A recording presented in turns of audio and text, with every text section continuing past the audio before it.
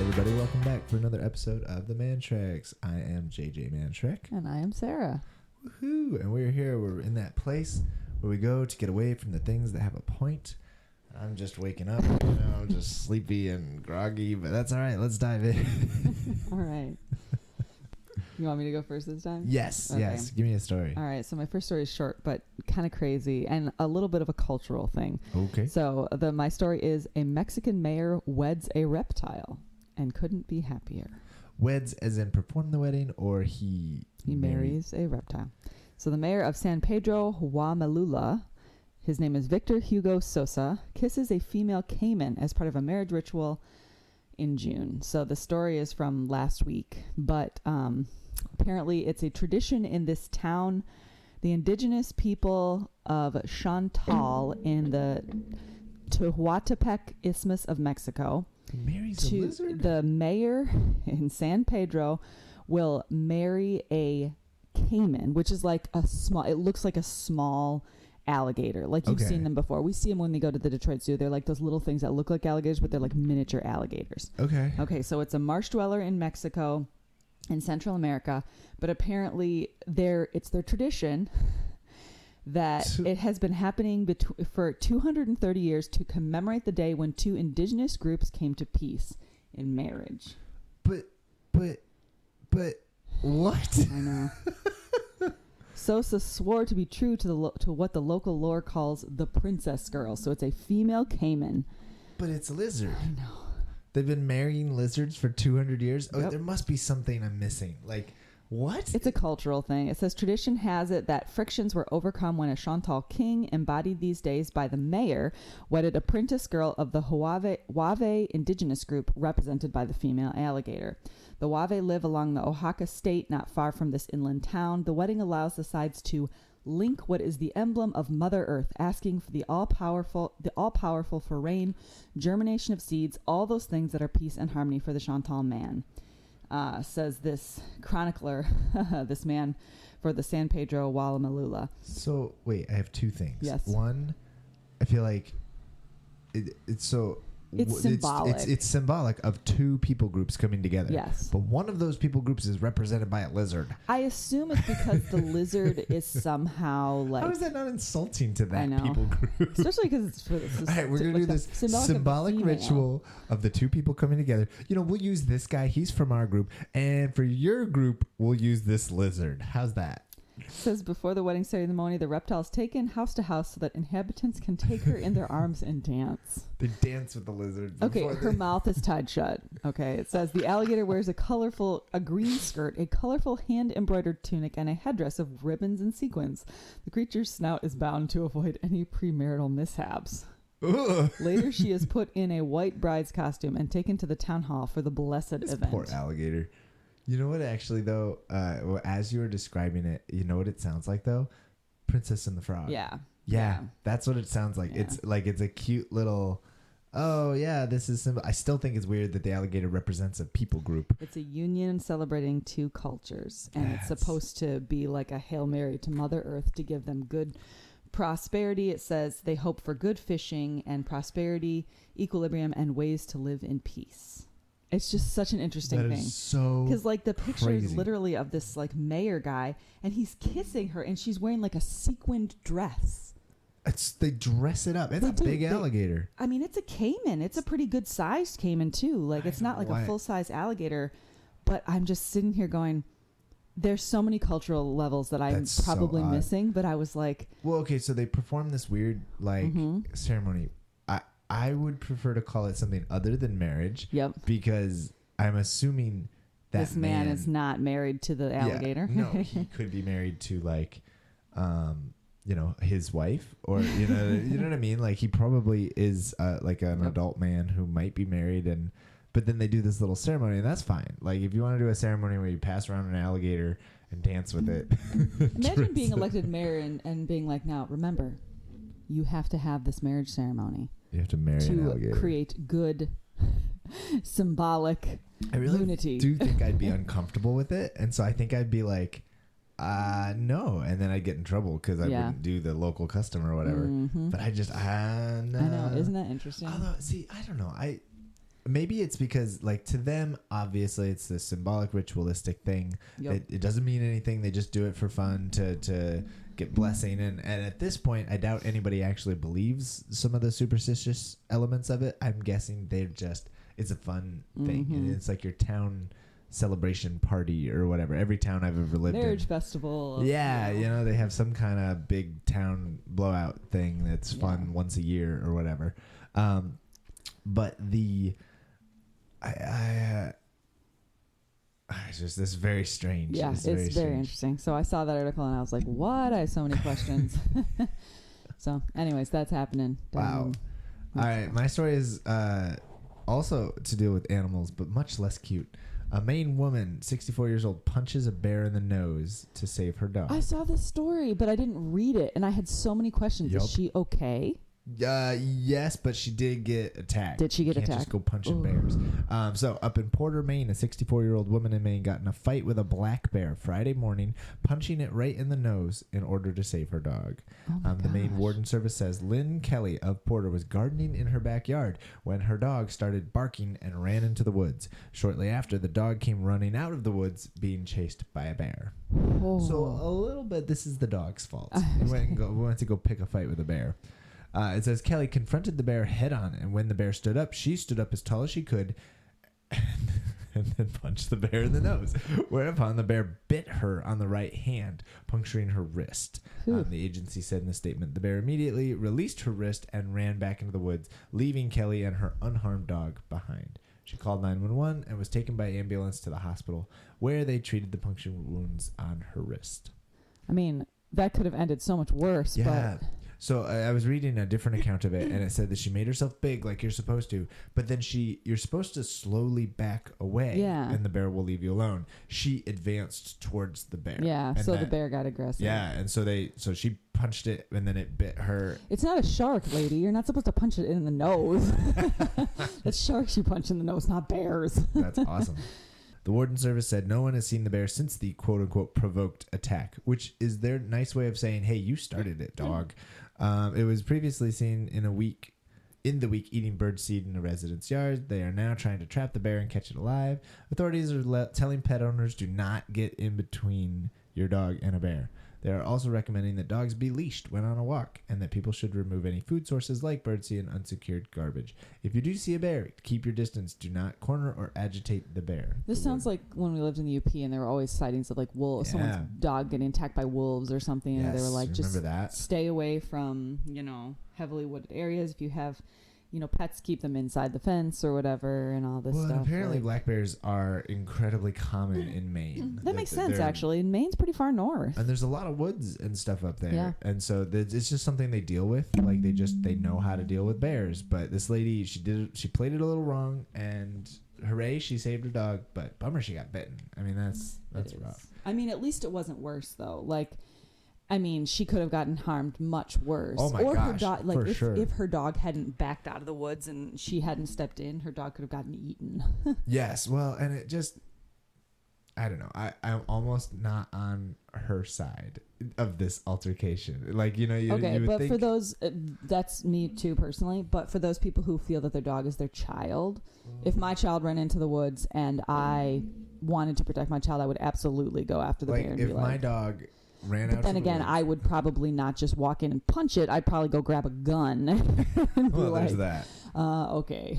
Well, and it's like. But if she was gardening, and maybe she just didn't know what she was supposed to do. Maybe she literally didn't know that you're supposed to back away slowly. But punching in the nose is actually a really bad idea, and that's why she got bit. I bet if she had backed up, bear would not have bitten her. No, I'm curious that her inclination to punch it, because I think I would absolutely there's no need to get so close. Just back away. Follow the dog into the yard. I just back away and be like, see ya. See, in a little bit, I turn to the dog and be like, you started it. You deal with this. Yeah, it's all you, man. I'll be inside. Take care of this.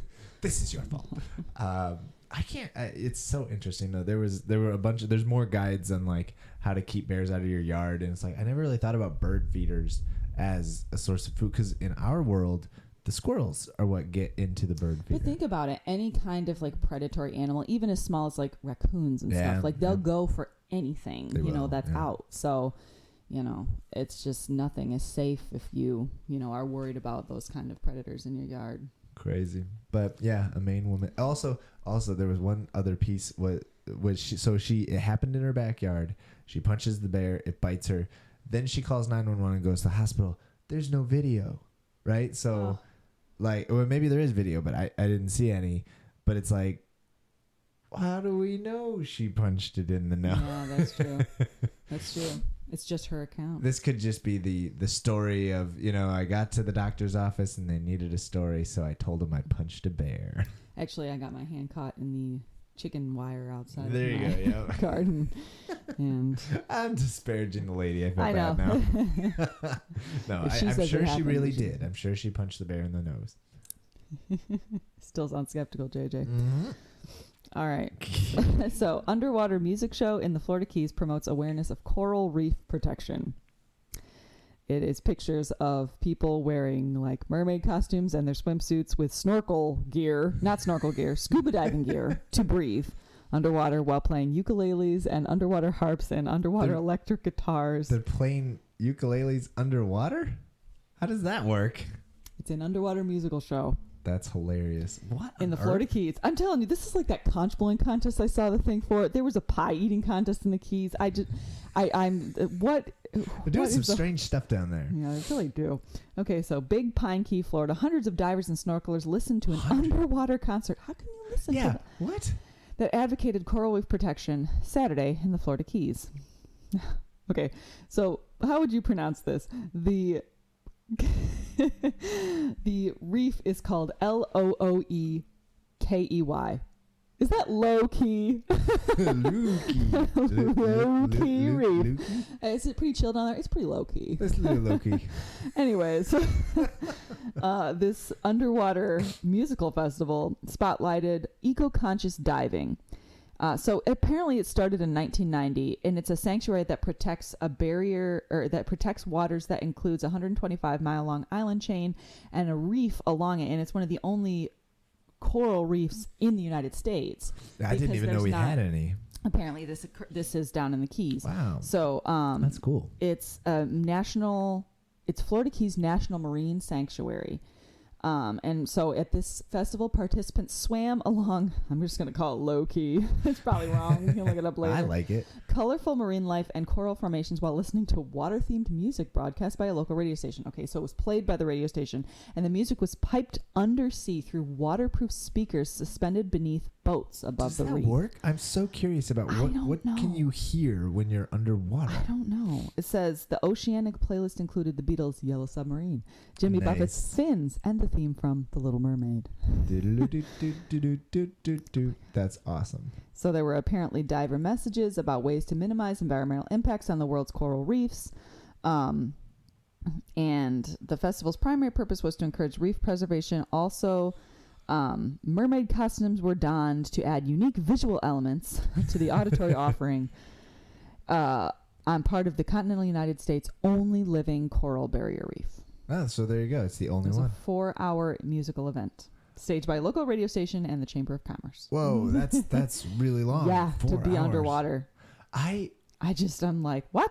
I'm not going to lie. When I saw the pictures and when you first started the story, I kind of was like, yeah, it's kind of lame and looks weird and goofy. But as you talk, I think that's pretty admirable. I like I've gone snorkeling before. I've never gone like they're done like scuba gear and stuff because they're maybe a little deeper. But I mean, it's fun to go look at stuff like that underwater. But I mean, I'm so curious about the listening portion. Like, I've never tried listening to music underwater before. Well, and we're just are the crowd under the water? Yeah, that's what I want to know. Or watch? Are people just in their boats, like all like, in this? Where's place? the audience? But is it safe?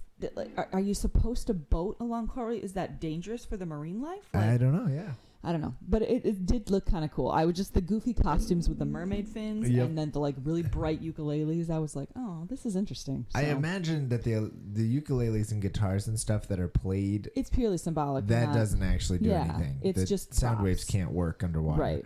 But I just thought it was if goofy. they're piping the music down there, can you hear it out of waterproof speakers? That's fascinating.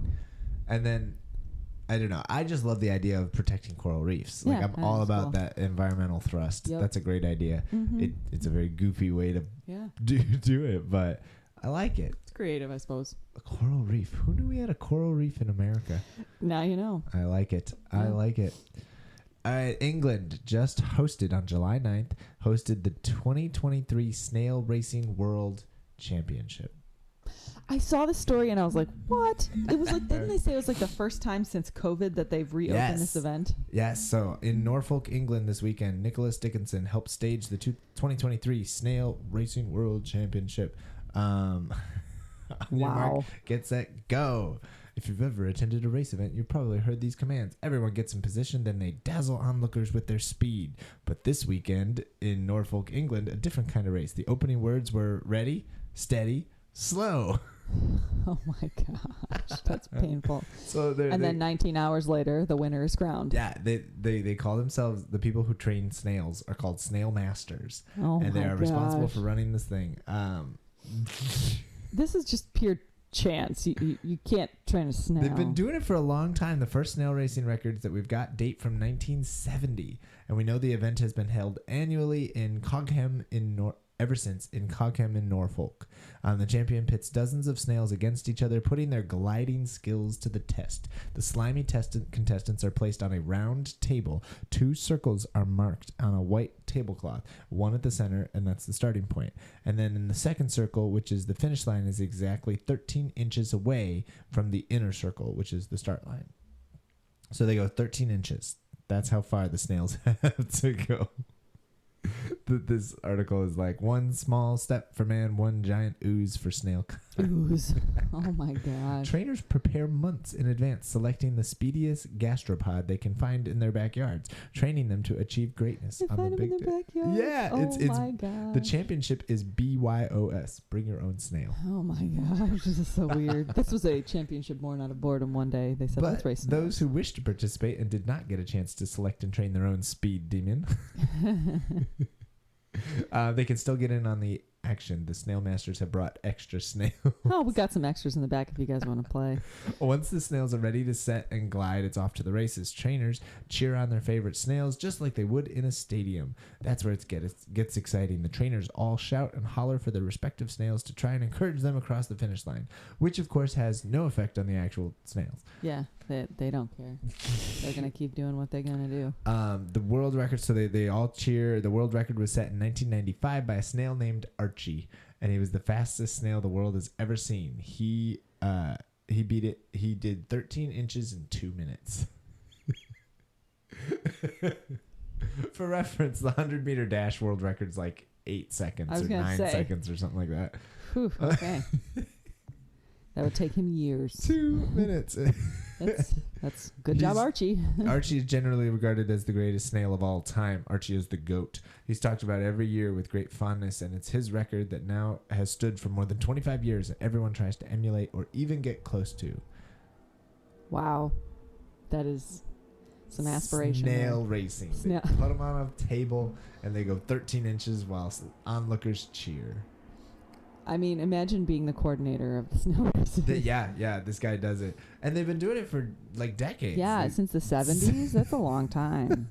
That's dedication right there. I love it. I thought it was so funny. I got to imagine, though, snails are so tiny, and the race is so short that, like... Is there, like, a size requirement for the snails? Because, like, what if you find a really big one? Oh. And then you're like, you've got like an advantage because your snail is bigger. Do they have like requirements for size? Nope. Or? That didn't look like it. I didn't say anything about that.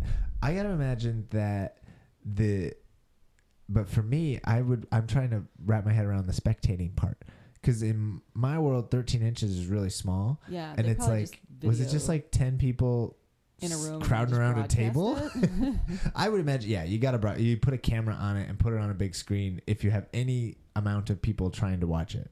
And that would be really funny.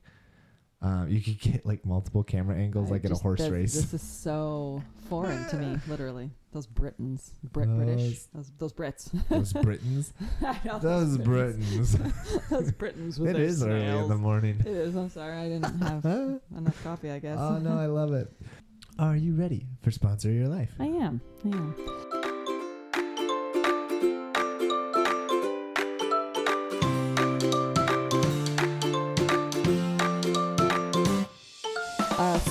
past week, and we took the boys fishing at a local little park.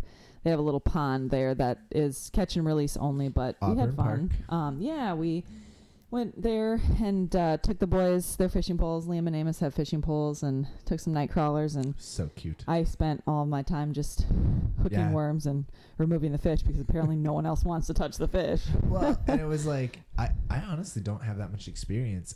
I've fished like twice in my life, right? And so this was like a new thing for me. Well, okay, no, I've gone like 3 times. So it was my job. I guess I had the idea, so family. I sealed my fate on that one. I was the one who suggested we go fishing. I was the one who bought the night crawlers. I was the one who hooked up the reels. So by nature, of course, I'm the one who has to, help them release the fish and back into the water. Loved it. They had such a good time. They did. They just need more practice so that they can take the fish off the hooks themselves. Yeah. Yep. They'll get there. I don't know what it is about, like, I bet apparently it's like the sudden movements of fish, like they're really still, and then all of a sudden when you like get close, they start flapping around, because it was like, okay, you just gently slide your hand down the head, grab the fish, and then Amos started to do it, and then the fish flipped, and it was like, I'm not touching that thing. And I was like, oh my gosh, okay, we'll do this together. But it was a lot of fun. We did have a good time. We fished for like an hour. Afternoon. They each caught like 5 or 6 fish. Only one casualty for the fish who swallowed the hook, and I couldn't find my pliers, so it was unfortunate. But otherwise, we had a good time. It was a fun afternoon, and the other kids enjoyed watching the fish / trying to fall into the water. So, that was fun. They did. Well, and that was the thing. The reason that I'm on the sidelines is because Asher could not be put down. If he kept trying to crawl under the dock. Oh my gosh, he was so like, I'll just go down here. Yeah, and it's like, nope, we stopped at one point, and we were like, where is he? He's like, I was helping Liam take a fish off the hook. You were helping Amos take a fish off the hook, and Asher was gone. And some lady fishing with her husband like 20 yards away was like, he's under the dock. And I went, oh my gosh. Yeah. So then it was like, all right, you're going to do the hooks, and I'll just sit here and hold this one. It was fun, though. We had a good time. The kids enjoyed it. So, and then afterwards, your sponsor. Yes, sponsor of my life is, well, okay. I would say that, oh shoot, what's the name of the place? There's an ice cream place here in Freeland. Yeah, it's just called Freeland Dairy, and it's a super cute little shop run by teenagers. Your classic ice cream place. Mm-hmm. Not run by teenagers, staffed by teenagers. Staffed by teenagers. But yeah, there were a couple of guys in there. They were having fun, slinging ice cream and chatting and goofing off. And but what's really sponsored my life is the lemon cheesecake ice cream. Like, all the boys got different types. I appreciate Ashby's ice cream a lot. I had never had it prior to moving to Flushing. And that's what they used to have at one of the ice cream shops we loved. And then we come to Freeland and find out they have it. Normally, I am a peanut butter chocolate guy, right? Like, you get like your Moose Tracks or anything that's loaded up with peanut butter cups or whatever. I love that stuff. And it's heavy and it's dark and yummy. But then it's too much for me. Lately, it's just you're feeling something summery. And lemon cheesecake is just...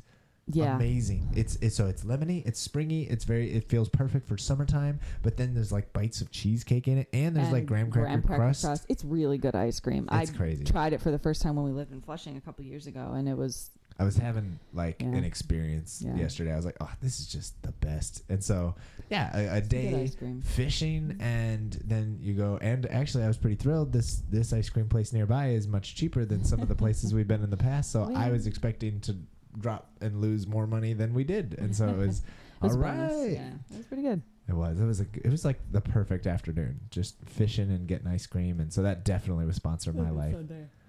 Yeah, it was a very good day. All right, are you ready for our game? Yes. Okay, so we've only done this once before, and I'm going to switch up the method a little bit. It is time for a round of Man Shrek Mad Libs. Okay. Such a cheesy name. Gigi's really into alliteration, so everything has to rhyme or have an start alliteration. With the same letter. So basically what's going to happen is we're going to do a Mad Lib, and I'm going to fill it in as we go. But the twist, and what we did last time was the twist is that the document or thing that we are filling in is actually significant and or memorable or well known. Okay. Right. Okay. So last time, what I did was I filled in one of the news stories that. That's right. I remember that. But this time, it's something. It's a famous or well known thing. Okay. Okay. So I'm just gonna fill it in as we go. Okay. All right. So I need an adjective. Adjective. Bumpy. This is gonna be good. Okay. All right. I need another adjective. Fast. All right. And a noun. A noun. Yep.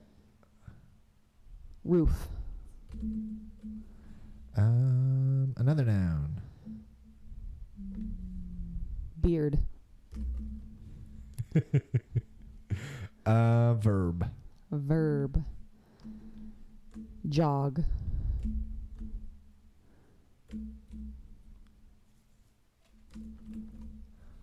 All right. Noun. Noun. Rocking chair. All right. Noun. Noun.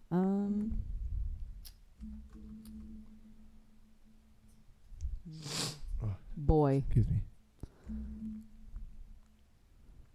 Okay. Adjective. Adjective. Smooth. All right. And then a noun. A noun. Airplane. Yep. Another noun. Another noun. Whiteboard. A noun. A noun. Bacon. Yes. I love bacon. One more noun. More noun. Pumpkin. All right. And then a verb. A verb.